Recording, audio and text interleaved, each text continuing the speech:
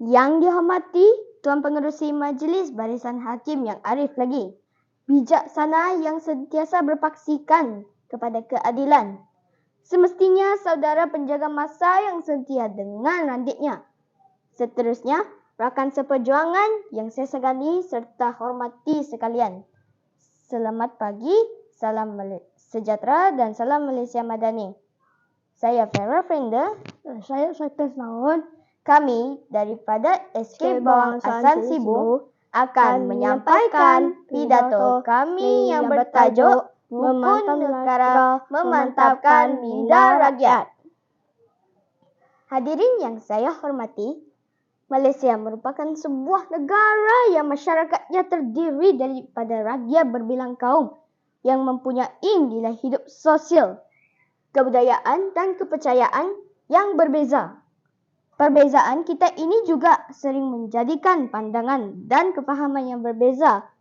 Oleh itu, kita memerlukan suatu pegangan dalam kehidupan seharian kita seperti rukun negara kerana walaupun kita duduk sembumbung dan mempunyai status yang berbeza, memegang erat terhadap prinsip rukun negara dapat menjadikan kita hidup dalam harmoni. Sehubungan itu, rukun negara telah diisytiharkan oleh Duli Yang Maha Mulia Sri Paduka Baginda Yang di-Pertuan Agong Nasiruddin Shah pada 31 Ogos 1970. Rukun negara sebagai landasan ideologi negara kita merupakan satu konsep yang mendasari prinsip-prinsip utama yang harus kita anut dalam kehidupan sehari-hari. Terdiri dari 5 prinsip asas. Rukun negara bertujuan untuk memupuk perpaduan dan kesatuan di antara rakyat Malaysia, menghormati perbezaan budaya dan membina sebuah masyarakat yang harmoni dan sejahtera.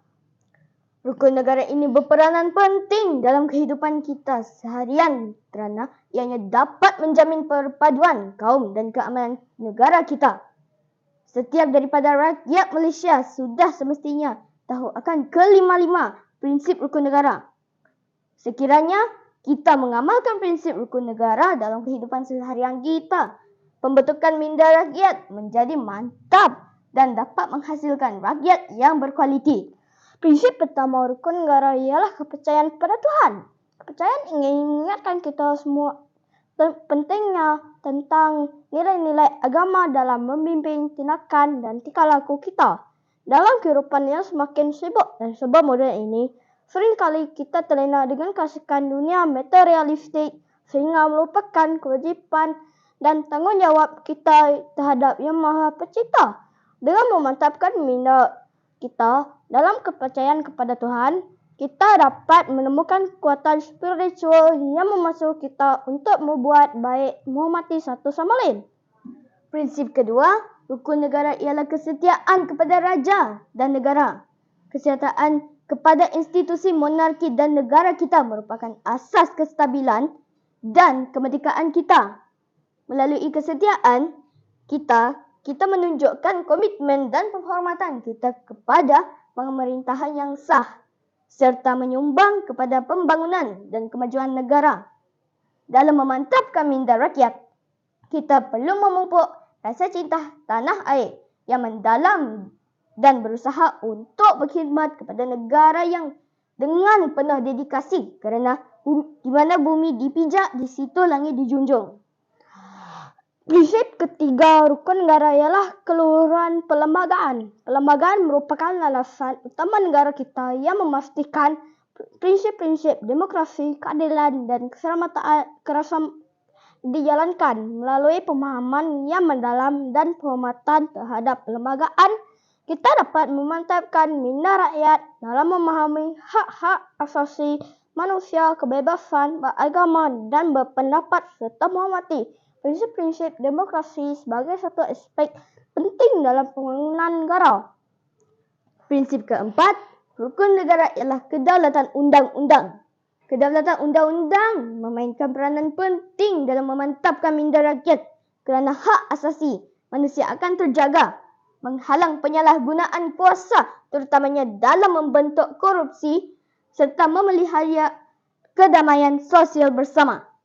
Melalui pelaksanaan prinsip ini, rukun negara berusaha untuk menyatukan rakyat Malaysia dalam perpaduan dan mengukuhkan kedudukan negara sebagai sebuah negara berdaulat dan berkeadilan. Prinsip kelima rukun negara ialah kesopanan dan kesusilaan. Kesopanan dan kesusilaan merupakan prinsip moral yang penting dalam membentuk karakter dan sikap kita sebagai individu dalam memantapkan minda rakyat. Kita perlu mengamalkan nilai-nilai ini dalam interaksi kita dengan sesama manusia.